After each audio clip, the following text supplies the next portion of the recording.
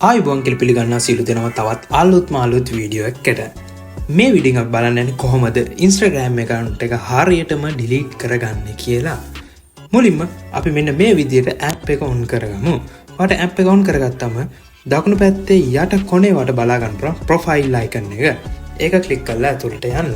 එතනට ගියාම දකුණු පැත්තේ උඩ කෙළවර ඔයාලට මෙන්න මේ විදිහට ඉර් තුනක් පෙන්නනවා. ඒක click කරලා ඇතුළට යන්න.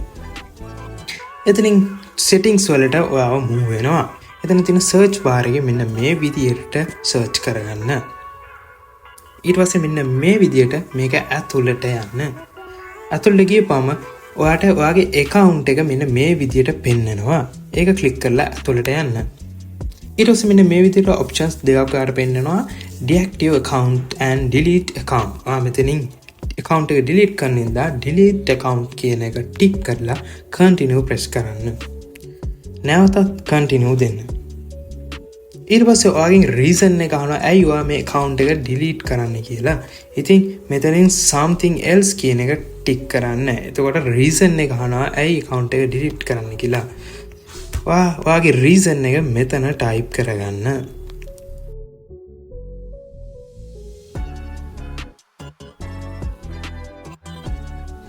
ඊට පස්සේ continue කරාම මෙන්න මේ විදියට ඔයාගේ page එකට move වෙනවා. permanently delete account. ඒක පස්සට scroll කරමු. ඔයාලට continue කරන්න button එක පෙන්නනවා.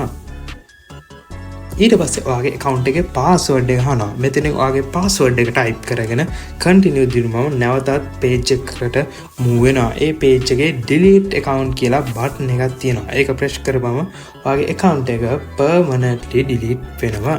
මෙන්න මේ විදිහට තමයි හරියටම Instagram account එක delete කරගන්නේ. ඉතින් මේ වගේ තව වීඩියෝ එකකින් හමු වෙන්න බලාපොරොත්තු වෙන අදට මම ඔබ සමු ගන්නවා. මම Hell Street Tech.